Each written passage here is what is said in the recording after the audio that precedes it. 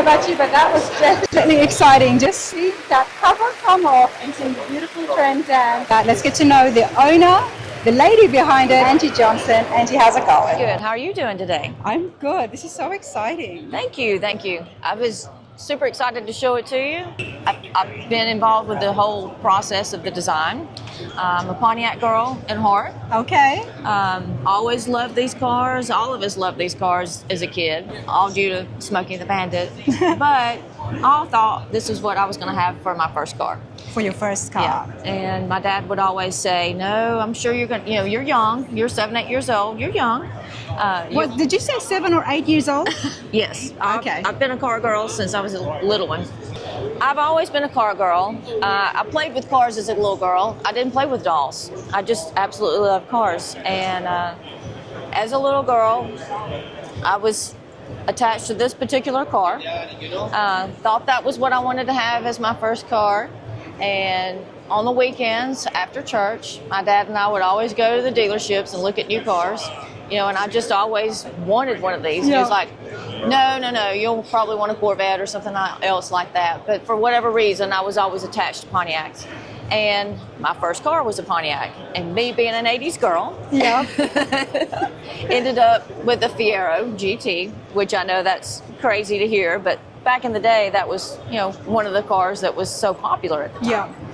Yeah. Fast forward, I ended up, my first car that I ordered for myself and bought for myself brand new was a Trans Am. So I finally did get my, did get my Trans Am. Was it this one or no? No, it was a 95 Trans Am. It was a brand new one. So that was my fast forward story to that. Yeah. So I did finally get that Pontiac that I always wanted. And then I also have an anniversary car. This is an Indy Pace car, which is a little bit more rare. I think they made somewhere around 56 to 5,800 of these cars. And it was the only car that both Indy and NASCAR attached themselves to that year as their pace car. And so we redesigned it, or we should say refined it. So we kind of brought it up to today's scale, but kind of kept the integrity of the car. Now, you are no stranger to racing, Angie. I have heard about yourself in Bonneville as well. Yes. Tell the folks at home a little bit about your racing history. Well, we've had some really good friends and clients that have been involved in Bonneville racing, and I got licensed up in 2012 and absolutely loved it. It just kind of got in the blood.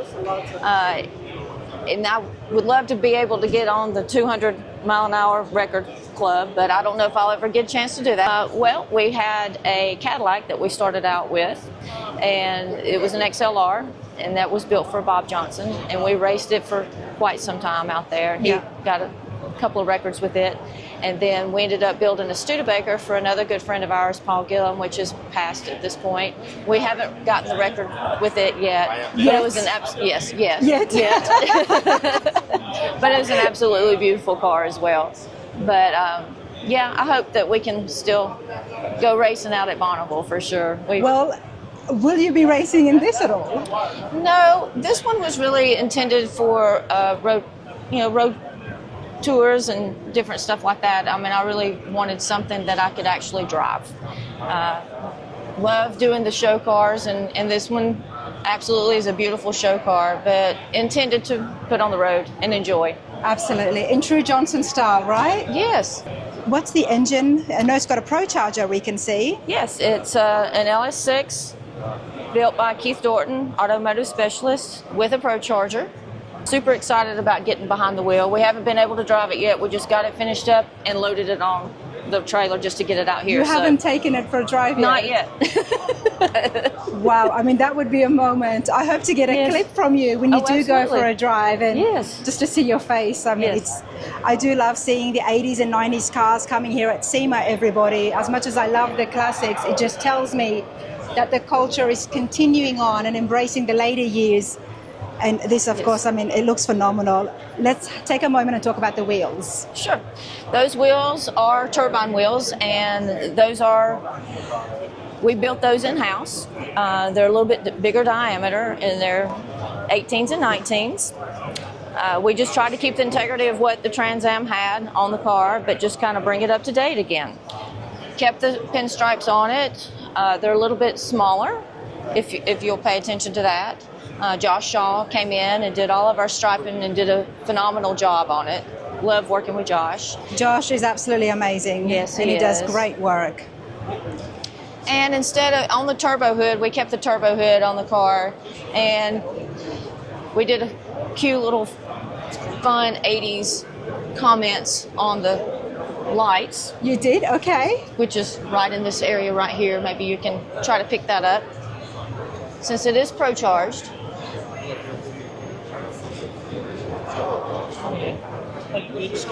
Oh, yep. Oh, yep. I can see it from this angle. I hope the camera can pick it up. I don't know as if you well. can get in it or not.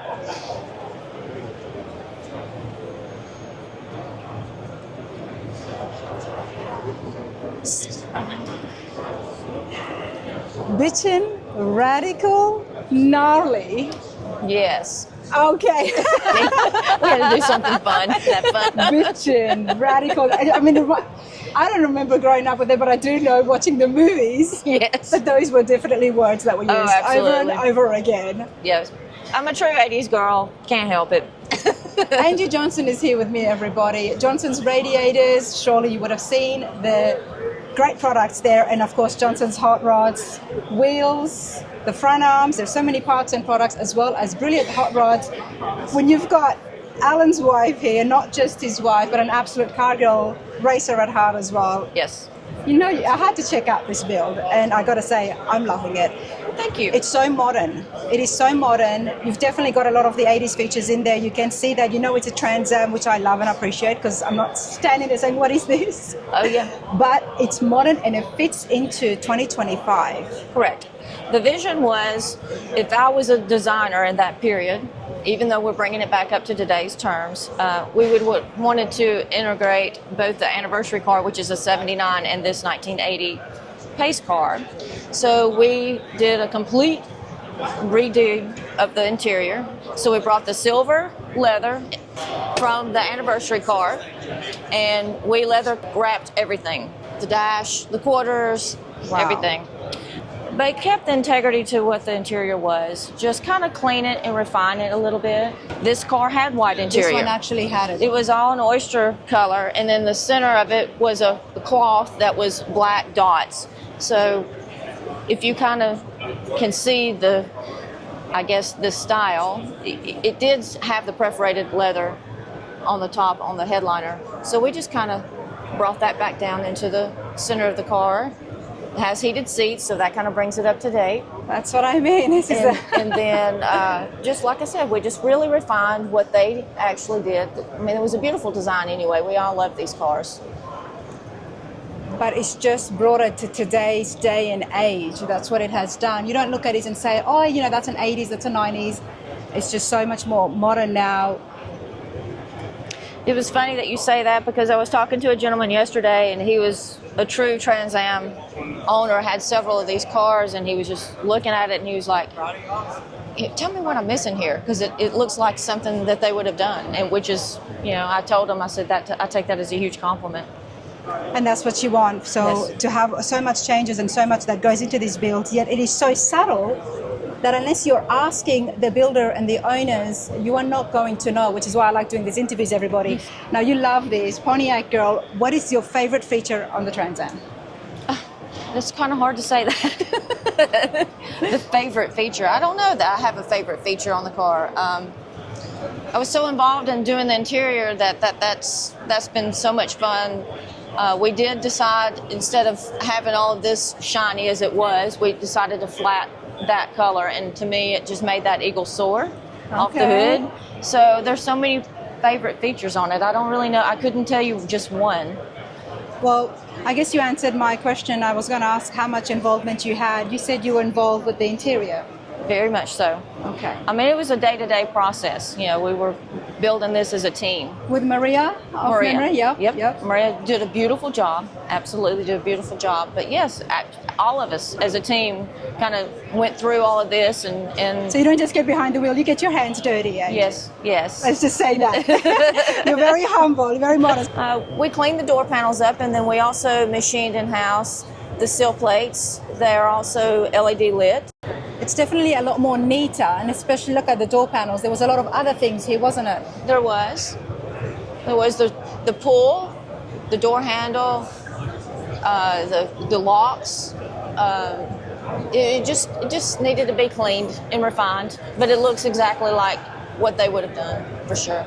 And you've removed, what did you remove over here? There was a pull handle on the dash, and we removed that, and we machined the logo, the Trans Am logo. Felt like that was something that they would have done. These are all the original seats. We just reupholstered them, added heated seats to it. So how long did you have the car for before you start the restoration? I'm trying to remember how long we've had this project car. We've had parts and pieces. I had a 10th anniversary car that we were planning on putting the chassis under, and it's a very low mileage car, and had several people tell me, no, well, let's don't do that. And it was hard for me to tear that part apart, being such a low mileage car. So we ended up finding this project car. Okay. And it's a turbo car, so it was two different. It was two different ones. Yes. So now we have one and the other. One and the other. So will the other one, will it just stay stock? Yes. Okay. Absolutely. Okay. Yeah. I love to see cars like that and be right next to each other. You know what I mean? Yes. We'll have to send you a picture of that. Absolutely. Let's continue along. Let's walk around here now. Another feature that we did in-house was the marker lights. In the front, they were yellow. In the back, and they were red. And we did all of that mold in-house where they're clear. Kind of brought it to like the 80s would have been, kind of all white. And it's flushed in? It's recessed in? It is as it was. We just took that, and instead of having red marker lights, we made them clear. So it kind of flows a lot better. All of the lines are all refined, fit very well. The bumpers are original. Again, just fit and finish on this car. Hot rod girl, everybody, from Alabama. Yes. But she's very bright and light and airy to me. I love it. I mean, what is the white? Is it a Chrysler white or? It's an Exalta color that we did, and we decided to do a pearl on this car. I felt like that's what it should have been as a pace car, but it's a very subtle. You have to get really on it to see the pearl. It gives you the perfect amount of shine, and especially when you've got the screaming chicken. Can we call it the screaming chicken? We can. What do you call it as a Pontiac girl? I don't want to offend you. Well, I just love the eagle. The eagle. Yes. You know, I'm going to change my terminology, okay? And I'm going to call it the eagle. Oh, you can. It is a screaming chicken, but the screaming chicken. I don't know why that always sticks with me. I heard it once before, and it's just always stuck with me. Yeah. I do like the eagle. The flying eagle would be nice, or even the screaming eagle, because it's definitely screaming something. She's definitely going to be screaming. We haven't named her yet, but well, you definitely have to name her, and you definitely got to get behind this. But I do want to have a quick chat with Alan and see how his engineering skills came into play. Absolutely. With that engine bay, because I know he does phenomenal work, everybody. And this was for the missus, you know. He was definitely had to up his game there. Very much so. Let's have a chat with Alan. All right, let's have a look once again at the engine bay. Now I've got Alan here with me. Alan, how are you enjoying yourself at Sema? It's all good. A lot of walking, but it's all good. I'm happy to be here with her car finished. So you're no stranger when it comes to doing, can I say Sema builds, even though this wasn't technically a Sema build? well, it didn't start out for that, but that's kind of what pushed it over the top the last 2 months to get it done, to get it out here. So I mean, this car started as she wanted to drive her. I mean, so she's done several of the Good Guys road tours, the Barrett Jackson road tours, and has had a great time doing that with George Petit and his sister Betty, and that's what this car was built for. She wanted something for a daily driver, something she could take on the road trips, but it had to be a little bit special too. So, and of course, with Angie being right there inside the shop, she guided the project. Can I say that? Or did she give you input? How did it work? No, she's had. I've asked her every detail about everything on it. Got to make the customer happy. Smart man, especially when it's your wife, right? Yeah, it worked good. I mean, everybody in the shops had their input on stuff. I mean, that's what makes the cars that we do come together like that. I mean, everybody sees something a little bit different and throws their thoughts and ideas in, and then we kind of collectively go which way the consensus is. So I mean, everything on this car, Angie's been involved with. What about the engine? Well, I mean, we've got our go-to folks, Keith and Jeff Dorton at Automotive Specialist Racing Engines. I mean, anything that we do that's not a out-of-the-box crate motor, that's our go-to. I mean, because we get dependable, reliable horsepower from them that we don't have to worry about. And when we get it, it's been dynoed, it's been thrashed on, and we know there's no problem. So how much is the horsepower? This one, we've got this new intake from ProCharger on here that they've just introduced at Sema this week in new products. This is something that they developed last year for the LT engines, where it's a really tidy, compact air-to-water intercooler system. So if you look how low the throttle body's coming through, most everything else is bringing the air in up top and going down. So it would be another 3 or 4 inches taller than this. But with what it's pulling for right now, we should be around 900, 950. And we may actually go down some from that, depending on how everything reacts once we're driving the car. Because if we can't, we're using the Holley Dominator ECU to where we do have traction control on the car, but there's no need in having too much horsepower that you can't put to the ground or make it dangerous to drive. And we do that a lot in the different cars. I mean, the 2 Roadsters that we finished up the last 2 years for the teenage girls, same thing. We did traction control through the Holley ECU on those, to where we're putting a 19-year-old girl in a car with 600 horsepower that weighs 2,000 pounds.